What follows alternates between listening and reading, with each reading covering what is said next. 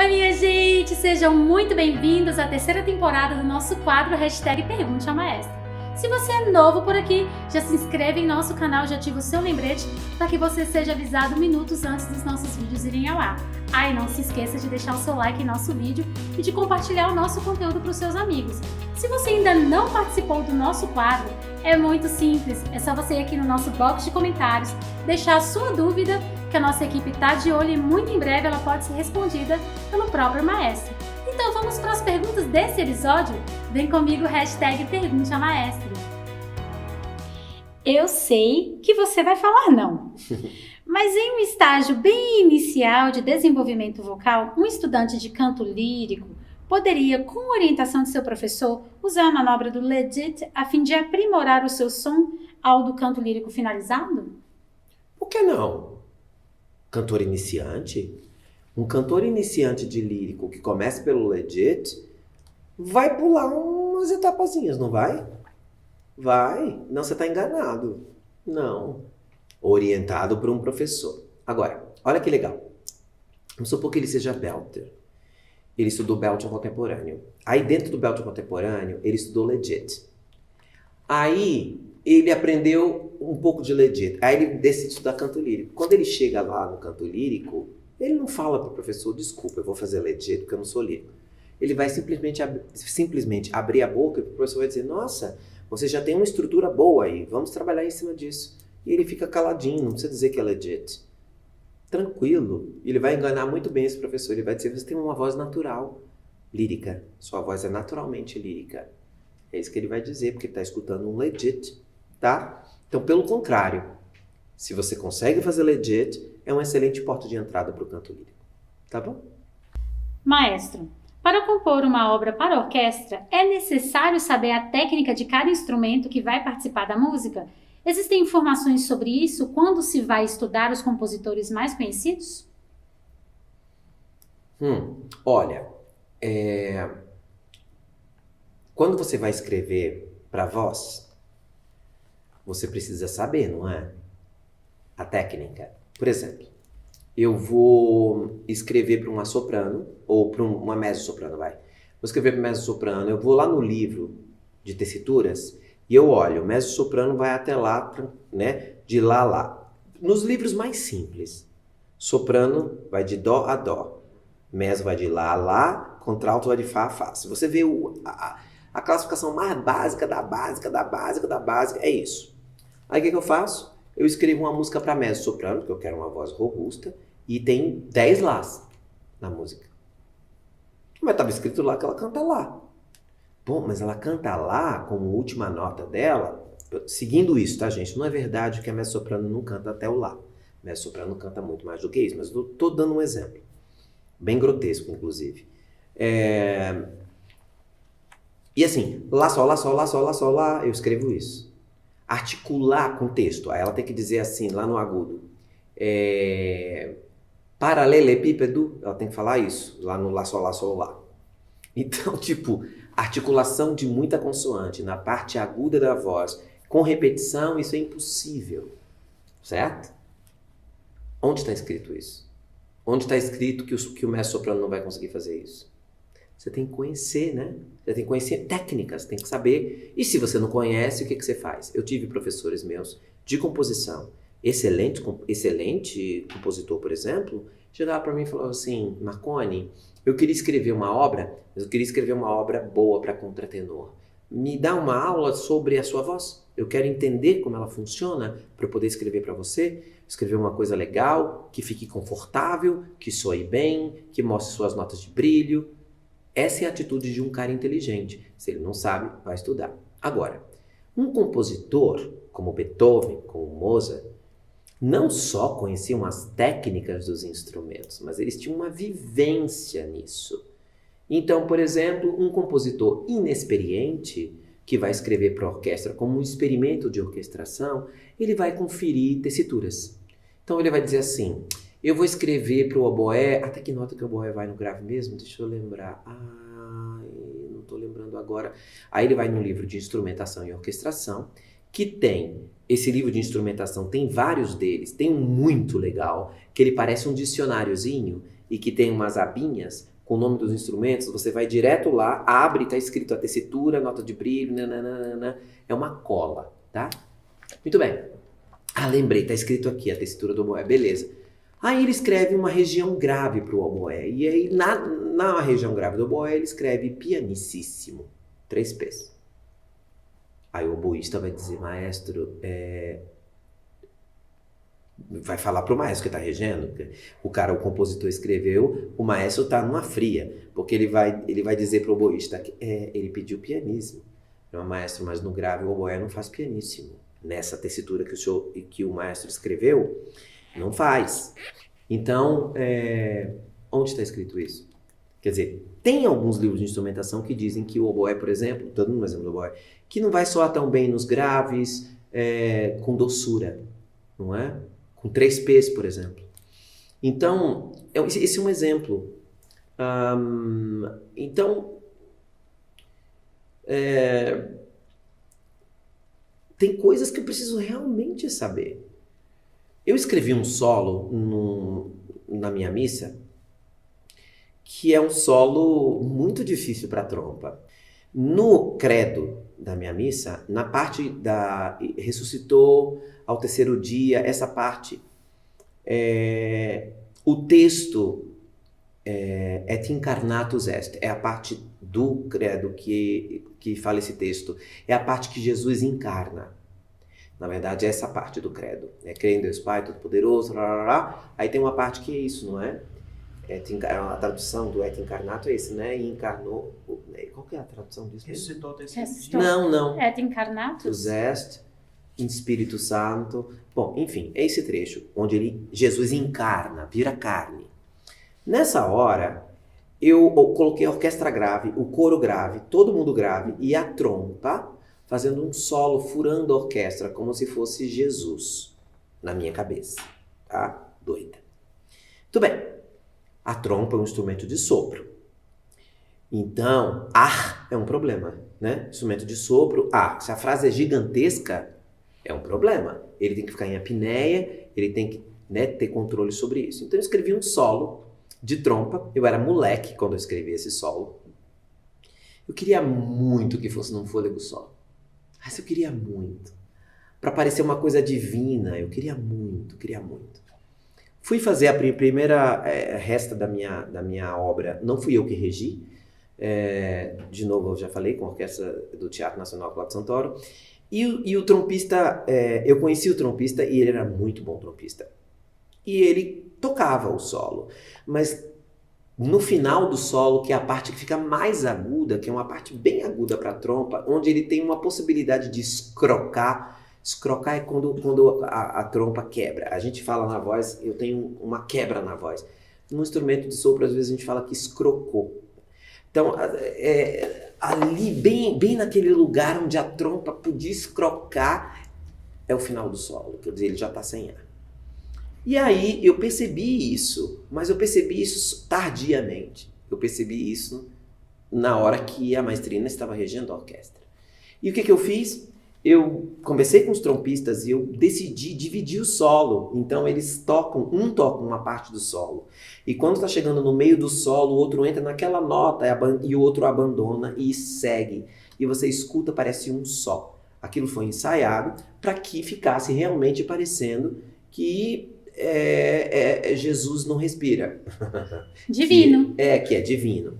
Então, isso, por exemplo, eu aprendi na hora, mas eu era moleque, eu tinha 20 e poucos anos. Então, eu tinha um conhecimento do instrumento, eu tinha tudo, mas o meu desejo como compositor foi além. Tá? Um bom trompista tocaria aquilo? Claro, o próprio trompista tocaria aquilo. Mas na récita é um risco que eu não queria correr.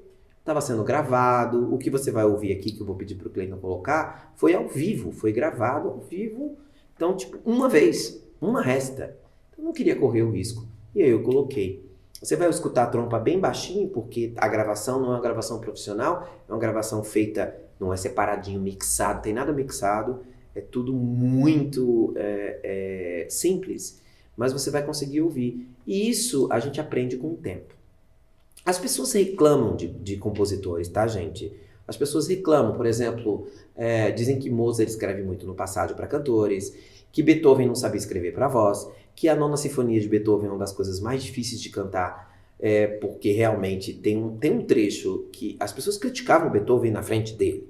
Tipo, isso que você está fazendo é impossível de cantar, cantores não podem fazer isso. E a resposta dele era simplesmente, eu escrevo, eles têm que cantar. É isso. Quer dizer, ele sabe que é difícil, mas de novo, aquilo que está dentro dele é tão forte que ele realmente quer. Eu vou pedir agora outro trecho para o Clayton, para vocês ouvirem o soprano segurando um agudo na Nona Sinfonia durante muito tempo e articulando um agudo. Tipo, cansa muito fazer. É lá uma nota de soprano. Voltamos para a teoria. Soprano, segura lá, tranquilo, sem problema. Só que a gente vem cantando uma obra grande, quando chegou naquele lugar, elas estão cansadas. E não só elas, todo mundo está agudo. Então, qualquer coro canta a Nona Sinfonia de Beethoven? Não. Um coro amador não canta bem a Nona Sinfonia, vai gritar esse lá e vai tensionar e pode até se machucar. Que dizem que o Beethoven escreveu mal escrito para o soprano segurar essa nota durante tanto tempo e quando está chegando no final ela ainda articula e o corte é horrível também de fazer. Ou seja, aí você vai dizer, Beethoven não sabia escrever. Não é isso não. Existe uma diferença entre não saber a técnica do instrumento e decidir fazer assim mesmo. Porque eu quero, que é o caso dele. Eu quero que seja assim, eu quero que soe difícil, eu quero que soe com essa tensão, eu quero sim. Então, mas com certeza um compositor tem que conhecer tessituras, notas de brilho, técnicas específicas de cada instrumento que ele está escrevendo. É duro, a vida do compositor não é fácil, tá?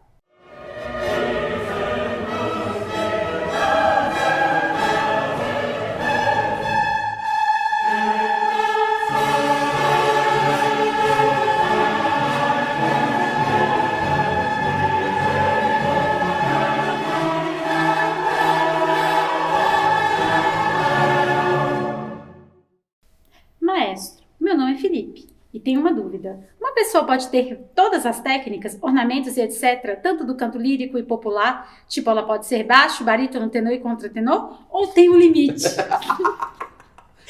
Olha, Dimash não tem limite. Não, peraí, para um pouquinho. Tem um desenho da Disney que chama Baleia Cantora.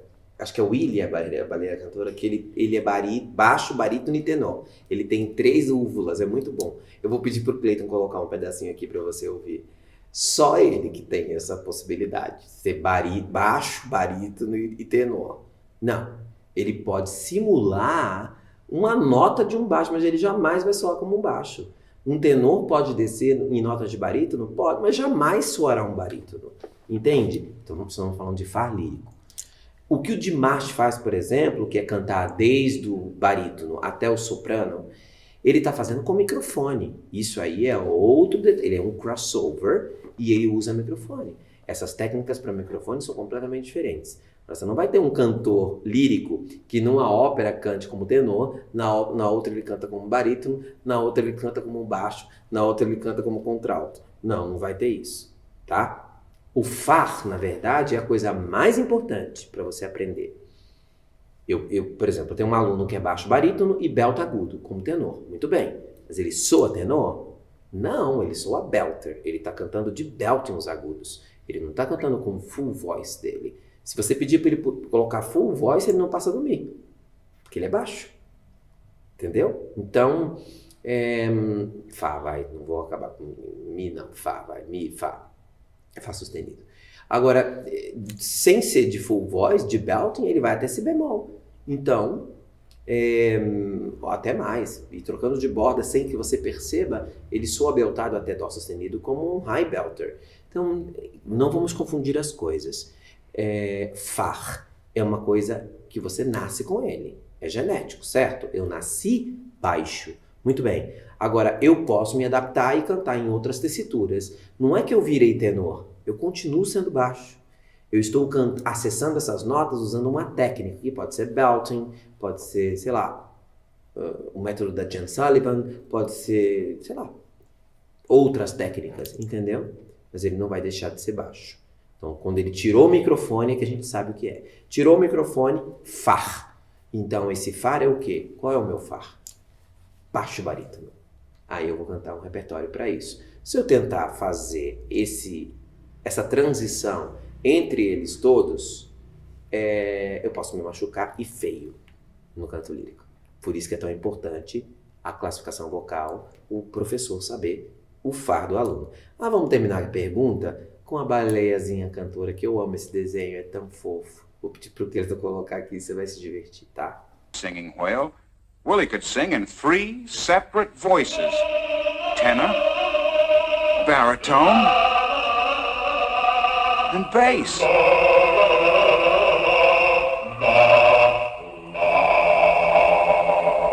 Why, Willie was a singing miracle. Professor, quando alguém vai criar os da capa, ela usa o modelo da parte A da música original, certo? Sim. Quais ornamentações você considera melhores para fazer essas variações melódicas? Beijos e obrigada por tudo. Olha, a ornamentação de um da capo de uma área barroca, você está falando de uma área barroca, certo? Uma área da capo barroca. Ela tem, como é que eu vou dizer? Existem regras para ornamentação, tá? Então, não é assim, por exemplo, eu não posso colocar uma ornamentação romântica nisso, não é? Então, o rubato, por exemplo, de uma música romântica não é igual ao tempo rubato de uma peça barroca. São coisas completamente diferentes. Existem ornamentos que são ornamentos tradicionais do da capo que tem que acontecer, que estão dentro de uma regra. Onde eu estudo isso? Prática de performance. Então, prática de performance é uma matéria onde você aprende a fazer prática de performance barroca, prática de performance clássica, prática de performance romântica, como é um trilo romântico, como é um trilo clássico, como é um trilo barroco. E isso é o mesmo ornamento, mas é feito de maneira diferente. Existem alguns que eu posso citar aqui, que você pode usar sem medo, porque estão dentro dessa prática de performance. Um deles é o trilo ao final do A, outro trilo ao final do B, e com certeza um trilo ao final do A', que é o da capa que você está falando. Agora, o trilo era o principal ornamento aprendido por um castrato. Então, no início, eles precisavam aprender a trilar para conseguir ornamentar. Mas existem vários, por exemplo, um slide, parará, é um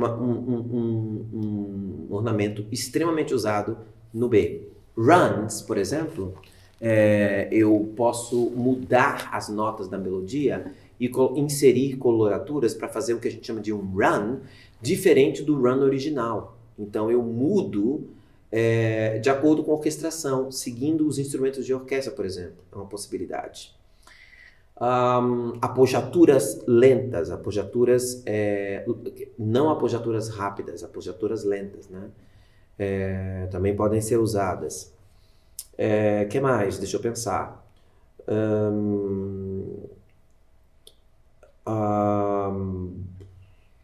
Arpejos, dependendo de como forem, eu posso usar. E também a combinação de ornamentos. Eu posso começar com apogiatura longa, que a gente chama de apogiatura longa, não de lenta, mas ela é lenta, tá? A apogiatura longa é lenta. Eu começo com a apogiatura lenta, aquela nota. Começo a fazer um trilo lento que vira um trilo rápido, transformo num run e finalizo esse run com uma nota ou um texto, uma sílaba em slide. Eu juntei vários. Agora, como que você vai saber qual ornamento usar? Você precisa conhecer a prática de performance. Infelizmente.